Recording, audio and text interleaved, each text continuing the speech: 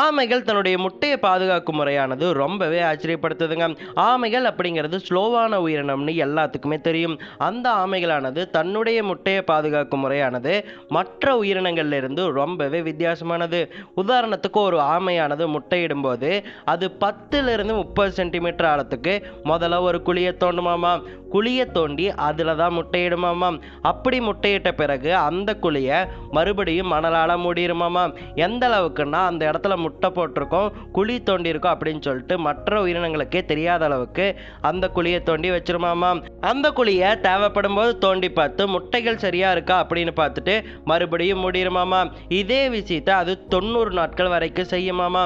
ஏன்னா ஒரு முட்டையானது பொரிக்கிறதுக்கு 45 நாள்ல இருந்து 90 நாட்கள் வரைக்கும் எடுக்குமாமா. ஆமையானது முட்டை பொரிக்கிற காலமா ஜனவரியிலிருந்து மார்ச் மாதம் வரைக்கும், மே மாதத்திலிருந்து ஜூலை மாதம் வரைக்கும்னு சொல்லப்படுது. இந்த காலகட்டங்களில் தான் அதிகமாக முட்டைகளை ஆமைகளானது இடுதாமாம். ஆமைகளானது 12லிருந்து 30 முட்டைகள் வரைக்கும் ஒரே நேரத்தில் போடுமாமாம்.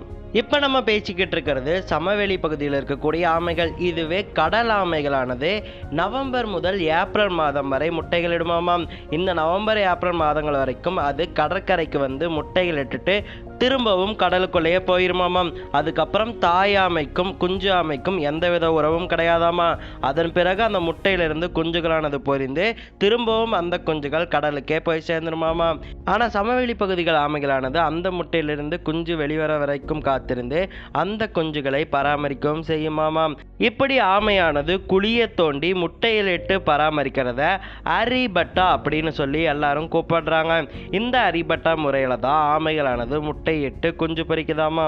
சரி மக்களே, இந்த தகவல் உங்களுக்கு உபயோகமாக இருந்திருக்கும்னு நம்புகிறேன். இந்த தகவல் உங்களுக்கு யூஸ்ஃபுல்லாக இருந்துச்சுன்னா மறக்காமல் அதை கமெண்ட்டில் சொல்லுங்கள். அந்த ஆமைகள் பற்றி நீங்கள் என்ன நினைக்கிறீங்க அப்படிங்கிறதையும் மறக்காமல் கமெண்ட்டில் சொல்லுங்கள். நான் உங்களோட அடுத்த வீடியோவில் பார்க்குறேன். Tata, bye by.